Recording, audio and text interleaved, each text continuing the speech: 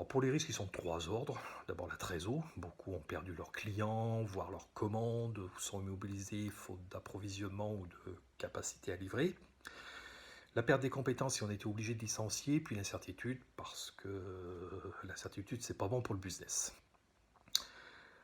Alors néanmoins, une crise, ça génère toujours des opportunités. Évidemment, il y a les applications directes pour le Covid, mais j'en citerai trois autres. D'abord des repositionnements sur des filières qui ont été mises en exergue. Je pense bien sûr à la santé, mais aussi au numérique, aux relocalisations industrielles, aux circuits courts, au bien-être. Autre opportunité, c'est la priorité qui va être faite à l'économie dans la période qui arrive, et notamment concrétisée par des plans de relance.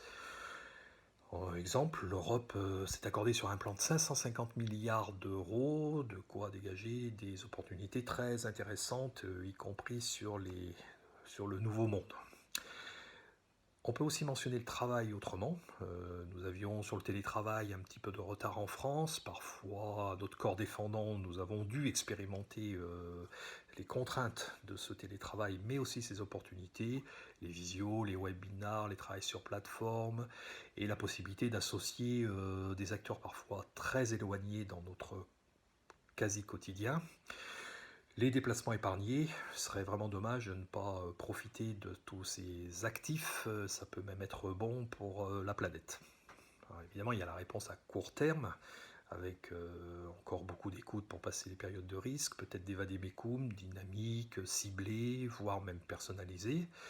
Mais plus fondamentalement, il a peut-être jamais été aussi opportun de proposer des SWOT stratégiques pour aider les PME à poser leurs forces et leurs faiblesses dans cette période, mais surtout à les aider à les contextualiser dans un jeu d'opportunités et de menaces difficiles à lire, et que notre position avec un peu de recul, où on voit beaucoup de cas, nous permet d'analyser et donc de nourrir nos entreprises.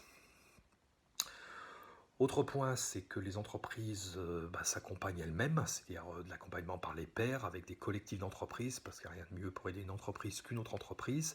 Et puis, on peut s'appuyer sur ces mêmes réseaux d'entreprises pour réfléchir à nos territoires, comment repenser nos dynamiques locales pour enrichir de manière ciblée nos écosystèmes.